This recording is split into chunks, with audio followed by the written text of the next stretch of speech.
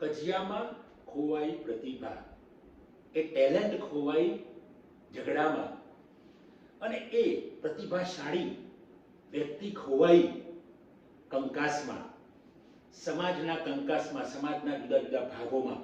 મિત્રો, આ કોઈ એક સમાજની વાત નથી, એક ધર્મની વાત નથી, સમગ્ર દેશ દુનિયાની વાત કરી રહ્યો છું. અહીંયા ક્યાંક ક્યારેક ખૂબ પ્રતિભાશાળી વ્યક્તિઓ આપણા સમાજમાં હોય છે. સમાજ એટલે હું દેશની વાત કરું છું, દુનિયાની વાત કરું છું. પણ એ પ્રતિભાશાળી વ્યક્તિ ખૂબ આગળ આવે છે, લોકોને મદદ કરે છે, પણ જો એની પ્રશંસાની વાત આવે તો આપણે મૌન સેવી દઈએ છીએ. કેમ કે એ તો આપણો વિરોધી છે, એ તો બીજા પક્ષનો છે, એ તો નવાનો છે, એ તો જૂનાનો છે, એ તો નવા રિવાજમાં માને છે, તો જૂના રિવાજમાં માને છે, એ તો આના પક્ષનો છે, એ તો ફલાણાના પક્ષનો છે. આમ કહીને જે પેલી સારી વ્યક્તિ, પ્રતિભાશાળી વ્યક્તિ છે, એની ટેલેન્ટ આપણે દાબી દઈએ છીએ.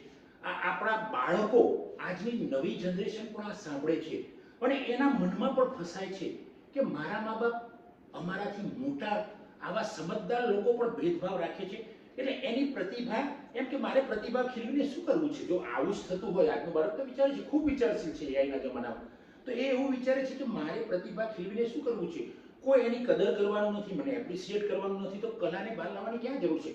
મિત્રો, મને જે સારી વ્યક્તિ લાગે છે, સ્વભાવથી સારી એકલાની વાત નથી, પણ જે વ્યક્તિ કંઈક એચિવમેન્ટ મેળવી છે અને એના એચિવમેન્ટની સમાજને ખબર નથી, અથવા તો આ વ્યક્તિ દેખાય છે નાની પણ ખૂબ મોટી છે, અંદરથી કામથી ખૂબ મોટી છે, એની પ્રતિભાથી ખૂબ મોટી છે, એની સ્કિલથી ખૂબ મોટી છે, ત્યારે હું એ વ્યક્તિ વિશે કયા પક્ષની છે, શું છે એ જોતો નથી. બસ એના જીવન ચરિત્રને, એના હાર્ડવર્કને, એની કર્મઠતાને હું મારા વિડીયો દ્વારા વર્ણવી દઉં છું. ક્યાંક મારા મોટિવેશનલ પુસ્તકોમાં એનું વર્ણન કરી દઉં છું, ક્યાંક મારી નોવેલમાં એનું વર્ણન કરી દઉં છું, ક્યાંક મારા કાવ્ય સંગ્રહમાં આવી વ્યક્તિઓનું હું વર્ણન કરી દઉં છું. કજિયા જોઈશું, લડાઈ જોઈશું, ઝઘડા જોઈશું, કંકાસ જોઈશું, ટંટાસ જોઈશું, તો મિત્રો મજા નહીં આવે. એનું રીઝન શું છે કે સમાજ પછાત રહી જશે. કારણ કે આપણે માત્ર મારે એના જોડે મનથી બનતું નથી, મારે એના જોડે હૈયાથી બનતું નથી, તો મારે એના વિશે સારી વાત કરવી ન જોઈએ. મિત્રો, એવું નથી. દુશ્મનોની ખાનદાની એવી હોય કે ભલે તમારી દુશ્મની અલગ હોય, પણ ક્યારેક દુશ્મન પર પણ એટેક થઈ જાય, બીજો કોઈ વ્યક્તિ આવી જાય, ત્યારે આપણે બચાવવા જઈએ, સાચી દુશ્મની છે. એની બીમારીમાં, એની સારી બાબતોની આપણે કદર કરીએ, પ્રશંસા કરીએ, અને એ પ્રશંસા એટલે કરીએ કે એની પ્રશંસા કરીશું તો સમાજની નવી પેઢી, આજના બાળકો, આજના દીકરાઓ દીકરીઓ એ પ્રતિભાશાળી વ્યક્તિ પાસેથી કંઈક શીખશે અને પોતે પણ પોતાની કારીગરી, કલાકારી, કલાઘરી વિકસાવવાનો પ્રયત્ન કરશે.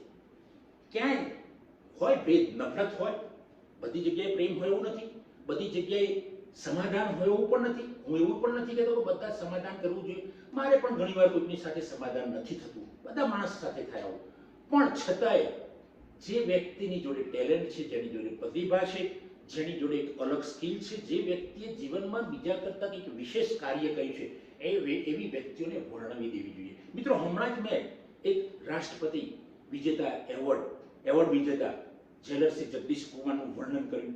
અદ્ભુત માણસ. મારા ગામના શ્રી બી.આર. ગોહિલ, સુપ્રિન્ટેન્ડન્ટ, 3 જિલ્લાના રાજા, એમનું પણ મેં વર્ણન કર્યું. મારા ગામના મનોજસિંહ ઝાલા સાહેબ જેમને ભણાવતા હતા, એમનું પણ. એ બધા અલગ અલગ જ્ઞાતિના અલગ અલગ ભાગના છે. સામાજિક રીતે પણ તમને લાગે કે આ તો બીજા ભાગના છે, પણ મેં ક્યારે સમાજના વ્યક્તિ કયા ભાગમાં છે, નવા રિવાજમાં માને છે, જૂના રિવાજમાં, રિવાજથી શું ફેર પડવાનો છે? રિવાજ માણસે ઘડ્યો છે, એ બદલાઈ પણ જશે, પણ જે પેલો માણસની કલા, એની પ્રતિભા, એની સ્કિલનો જો આપણે પ્રચાર નહીં કરીએ, સારો પ્રચાર, એની પ્રશંસા નહીં કરીએ, તો લોકોને કેવી રીતે ખબર પડશે કે આ વ્યક્તિ આ ગામમાં આટલી બધી અદ્ભુત છે, ગામ લોકોને મદદ કરી છે, બીજાના વિકાસમાં મદદ કરી છે?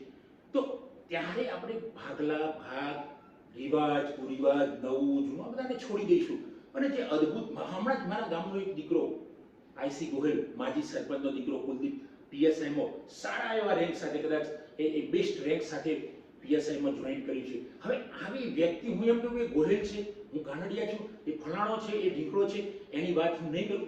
નહીં મિત્રો, જે દીકરો દીકરી ખૂબ આગળ આવે છે, કોઈ પણ કોમ્યુનિટીના હોય, કોઈ પણ ધર્મના હોય, કોઈ પણ લિંકના હોય, દીકરી હોય દીકરો, એનું વર્ણન થવું જોઈએ, એની કદર થવી જોઈએ, એના પુસ્તકો લખાવા જોઈએ, એના વિડીયો બનવા જોઈએ, એની વાતો સમાજમાં થવી જોઈએ. અને જો આ સારી વાતો થશે તો આપણા સમાજનો વિકાસ, આપણો સમાજ એટલે આપણો દેશ, આપણી દુનિયાની પણ હું તો વાત કરું છું, તો એનો વિકાસ કોઈ રોકી શકશે નહીં.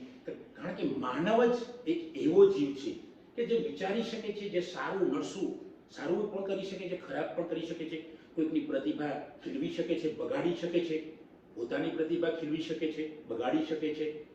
છતાં પણ જો આપણે પોઝિટિવલી, હકારાત્મક રીતે જીવવાનો પ્રયત્ન કરીશું અને પોતાની પ્રતિભા ખીલવીશું, પોતાની ટેલેન્ટ ખીલવીશું, બીજાની ખીલેલી ટેલેન્ટના વખાણ કરીશું, સારા વખાણ. અહીંયા માખણ મારવાની વાત નથી, પણ જે આપણે સાચી વાત છે એની વાત કરવાની છે. તો સમાજ એને ઉદાહરણરૂપ ગણશે અને નવી આવનાર પેઢી, નવા બાળકો, દીકરા દીકરીઓ સૌ એમાંથી કંઈક શીખશે અને એ પણ એમની પ્રતિભા ખીલવશે. મિત્રો, બસ આજે આટલું આપણે કરીશું, ખૂબ મજા આવશે.